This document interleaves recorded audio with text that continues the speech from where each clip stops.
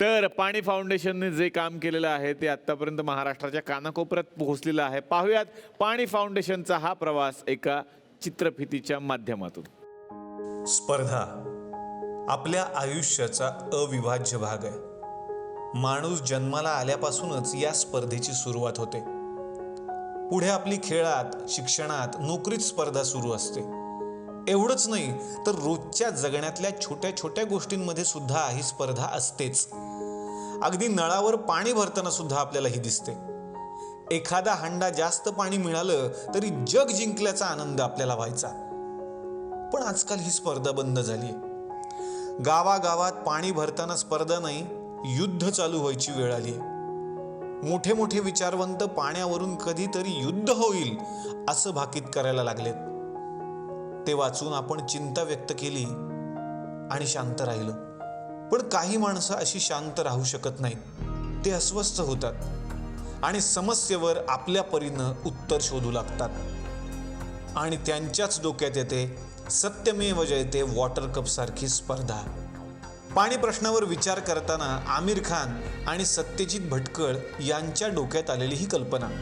महाराष्ट्रभर फिरताना त्यांना जाणवलं की काही मोजकी गावं पाऊस कमी पडत असला तरी त्यांच्या पाण्याच्या बाबतीत स्वयंपूर्ण आहेत.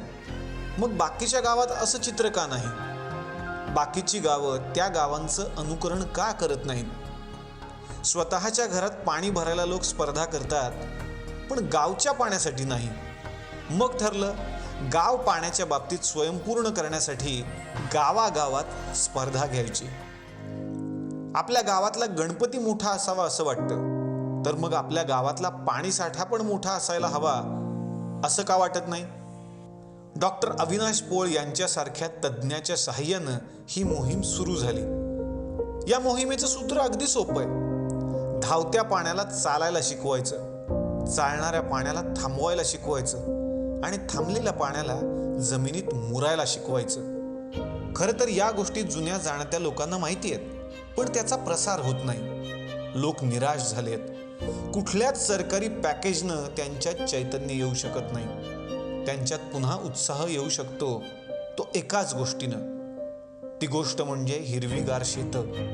आणि त्यासाठी आवश्यक आहे पाणी. या पाण्यासाठी सत्यमेव जयते वॉटर कप ही अभिनव संकल्पना राबवली जाते. आजवर जलसंधारणाची हजारो कामं या माध्यमातून झाली. या कामासाठी निधीपेक्षा श्रमदानाला जास्त महत्त्व दिलं गेलं. श्रमदानामुळे हजारो हात एकत्र आले, मित्र झाले. गावात एकीची भावना निर्माण झाली आणि त्याचंच फळ म्हणजे या चळवळीतून वार्षिक 1368 कोटी लिटर पाणी साठा करण्याची क्षमता महाराष्ट्रातल्या गावांमध्ये निर्माण झाली. हे 13,68,000 टँकर्स इतकं पाणी आहे आणि या पाण्याची बाजारातली किंमत वार्षिक 272 कोटी इतकी आहे. पाणी प्रश्नावर नुसत्या चर्चा करताना आणि सल्ले देताना लोकांनी हजारो चहाचे कप रिकामे केलेले असतात. पण पाणी प्रश्न सोडवण्यासाठी केवळ उपदेश न करता वॉटर कप सुरू करणाऱ्या आमिर खान, सत्यजित भटकळ आणि अविनाश पोळ यांच्या या अभूतपूर्व कामगिरीला आमचा मानाचा मुजरा.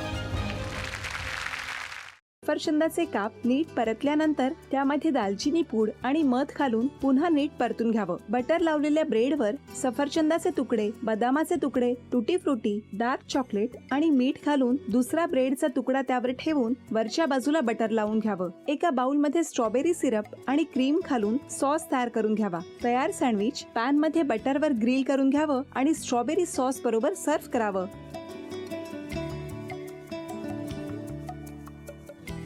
हे जेव्हा बोलत होते तेव्हा मी बघत होतो की या दोघांनी स्वतःचा संसार उभा केलाच, पण स्वतःच्या संसाराबरोबर अनेकांच्या आयुष्यात आनंद निर्माण केला. तो आनंद महत्त्वाचा. हसत राहा, आनंदी राहा असं म्हणत शुभेच्छा देऊया. आणि ही झी मराठीकडून भेटवस्तू डेव्हिड तुमच्यासाठी. अभिनंदन. आणि वहिनींना तथास्तू पुणे यांच्याकडून ही पैठणी. अभिनंदन.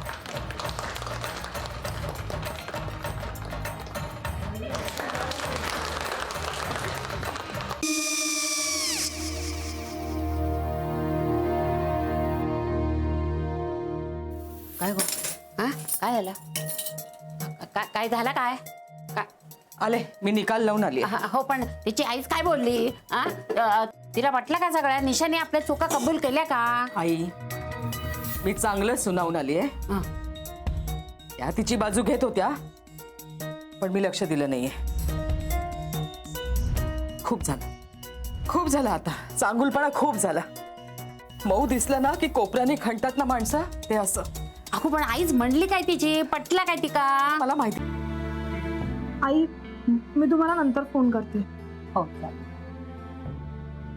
आणि आई बाबा जे बोलले त्याचं वाईट नका वाटून घेऊ. सॉरी. सॉरी काय त्या? नेहा आले. आई मी येते. होय काकू येते.